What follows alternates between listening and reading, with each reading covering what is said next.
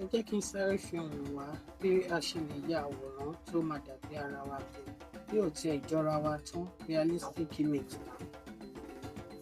A lọ sí ibi ìrọ̀lẹ́ àkíyèsí lórí ẹ̀. A lọ sí gálárì wa tó ní ká add picture wa. Mo ti ní àwọn pictures tí mo fẹ́ add. Picture ilé ìwé fẹ́ lò tí mo wá báyìí. Mo ti ń download ẹ̀ fún mi.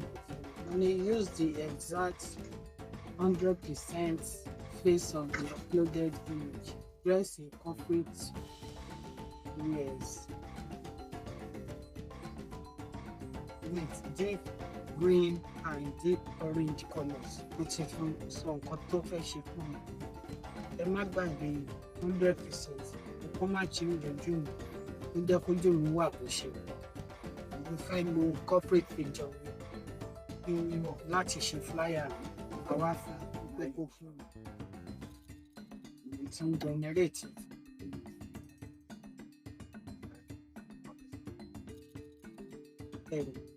Bí ọ̀sẹ̀ ẹjọ́ mi tó ẹ pé ó ti fún mi ní image. Mo fẹ́ lò láti fi ṣe flyer. Save. Kọ́ wa fi bá ṣe lè save.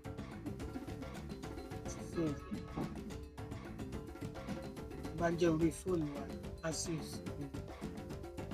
gallery save.